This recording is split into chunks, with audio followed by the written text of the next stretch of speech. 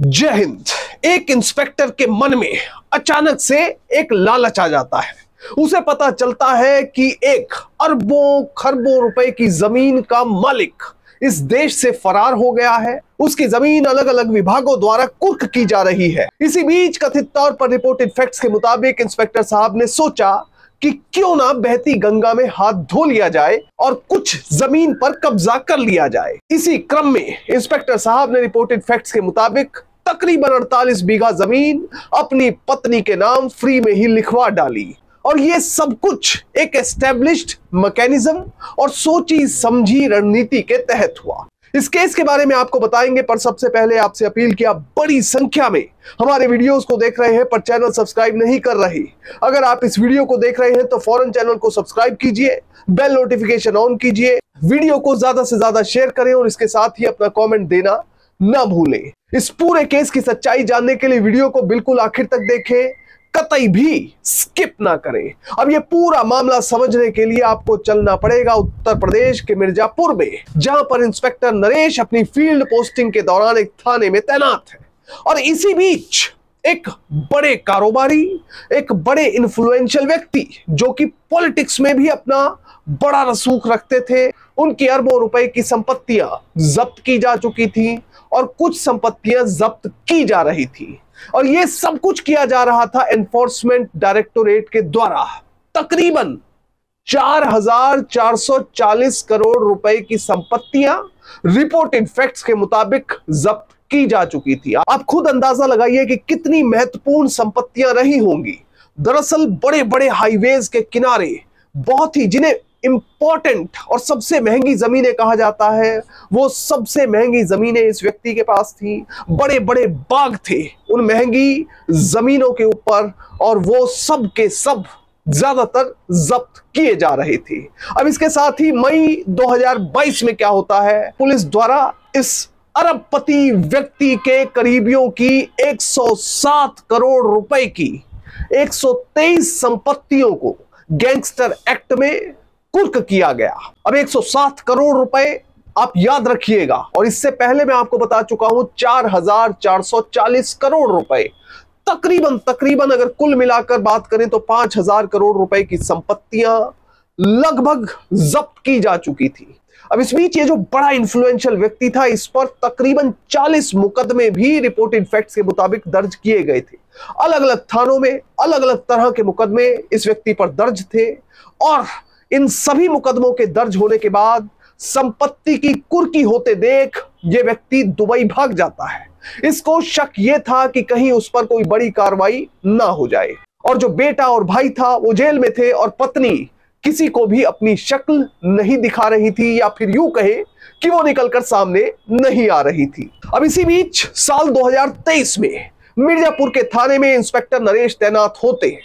अब वो field posting में थे तो उन्हें एक व्यक्ति द्वारा यह खबर मिलती है कि इतना बड़ा व्यक्ति, इन्फ्लुएंशियल व्यक्ति जिसकी हजारों करोड़ रुपए की संपत्ति है, वो जब्त की जा रही है, कौड़ियों के दाम जा रही है। आप क्यों नहीं उस जमीन पर अपना हाथ आजमा लेते। अब दरअसल रिपोर्टेड फैक्ट्स के मुताबिक होता यह है कि ये जो बड़ा कारोबारी या यूं कहे कि बड़ा इन्फ्लुएंशियल व्यक्ति था, इसके जो परिचित थे दो व्यक्ति हैं, इरशाद रावत और महबूब। ये दो व्यक्ति इंस्पेक्टर नरेश के संपर्क में रिपोर्टेड फैक्ट्स के मुताबिक आ जाते हैं। अब जब ये संपर्क में आते हैं तो ये दोनों इंस्पेक्टर को पूरी बात बताते हैं कि किस तरह से कितनी संपत्तियां जब्त की जा चुकी हैं, कितनी जब्त की जानी है और कितनी पर अभी तक शासन की, प्रशासन की और एजेंसियों की नजर नहीं पड़ी है। और इसमें कुल मिलाकर 48 से लेकर 50 बीघा जमीन ऐसी होती है जिसे तैयार किया जाता है, यानी कि उसके लिए एक स्ट्रेटेजी तैयार की जाती है कि वो इंस्पेक्टर साहब को कैसे दिलवा दी जाए। अब इंस्पेक्टर साहब जब इस 48-50 बीघा जमीन के बारे में सुनते हैं तो कथित तौर पर रिपोर्टेड फैक्ट्स के मुताबिक उनके मन में आ जाता है लालच। फ्री में इतनी जमीन मिल रही है तो क्यों ना उसे अपने नाम करवा लिया जाए। इंस्पेक्टर के मन में भी रिपोर्टेड फैक्ट्स के मुताबिक सबसे पहले यही बात आई कि जिस व्यक्ति की संपत्ति है वो तो विदेश में फरार हो गया है, बेटा भाई जेल में है, पत्नी सामने आ नहीं रही है, इसलिए अगर मैं कल को ये जमीन अपने नाम करवाता हूं तो कोई दावा करने भी नहीं आएगा। इसलिए 48 बीघा जमीन पर कब्जे का एक फुल प्रूफ प्लान बनाया गया। अब इंस्पेक्टर साहब कथित तौर पर रिपोर्टेड फैक्ट्स के मुताबिक इन व्यक्तियों के साथ मिलकर 3 जगहों पर 3 संपत्तियों को डीमार्केट कर लेते हैं। एक होती है गांव मौजा इंद्रपुर तालड़ा में, दूसरी होती है गांव मौजा फैजाबाद में और तीसरी होती है देहरादून में। अब इन 3 संपत्तियों पर इंस्पेक्टर साहब की नजर थी और फाइनली जो इनके मालिक जिनके नाम पर यह जमीन होती है, दरअसल ये जमीन ये बड़े कारोबारी, ये बड़े इन्फ्लुएंशियल व्यक्ति द्वारा अपने नाम पर नहीं ली गई थी, ना ही अपनी पत्नी ना अपने बच्चों के नाम पर। यह जमीन बेनामी संपत्ति थी जो इस बड़े कारोबारी, इस बड़े इन्फ्लुएंशियल व्यक्ति की थी। उसने दरअसल अपने कुछ मिलने वालों के नाम ये संपत्तियां करवा रखी थी।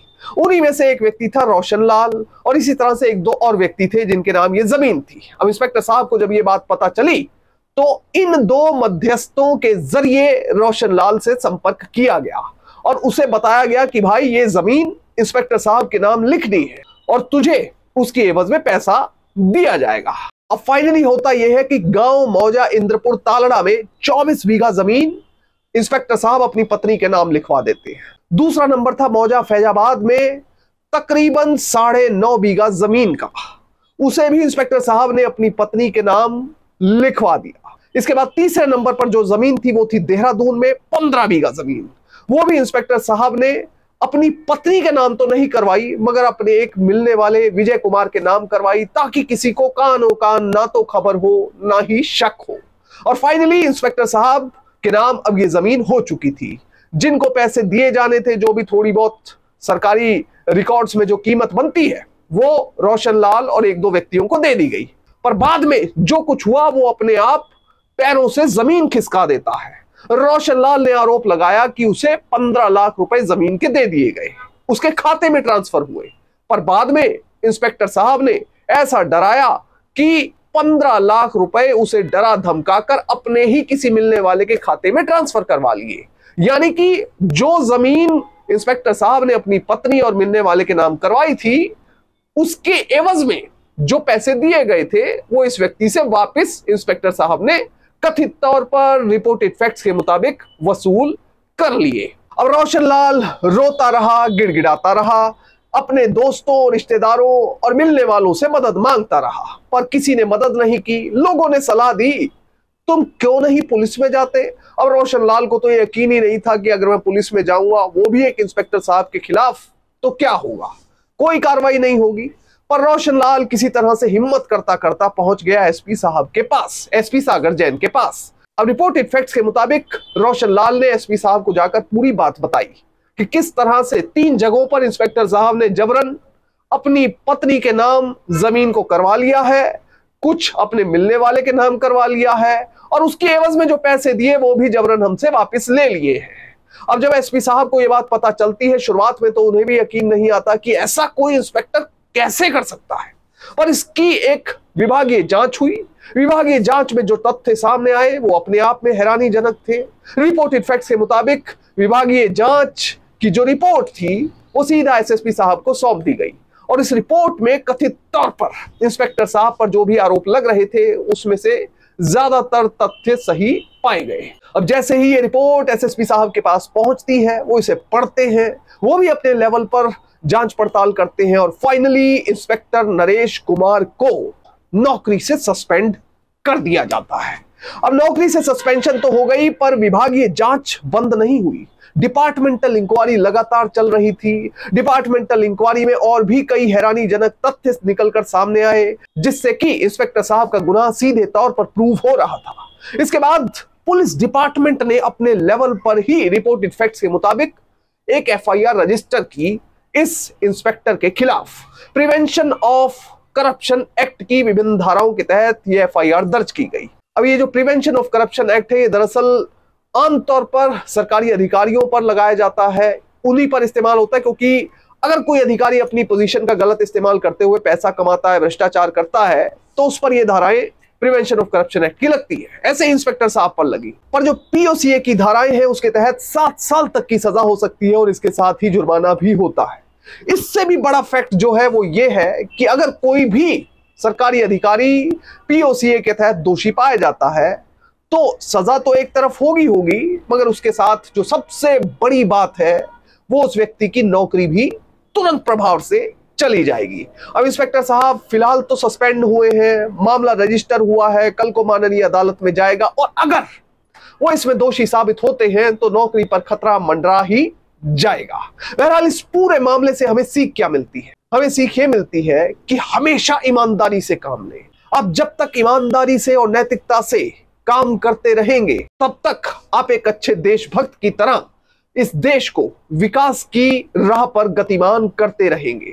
इसलिए हमेशा अपनी नैतिकता और ईमानदारी को अपने साथ रखें। कभी भी कोई भ्रष्टाचारी या कोई गलत व्यक्ति आपको डराने की धमकाने की कोशिश करे तो चुप रहिएगा, लड़िएगा मत, क्योंकि जो सच है उसके पैर होते हैं, झूठ के पैर, भ्रष्टाचारी के पैर नहीं होते हैं। जय हिंद।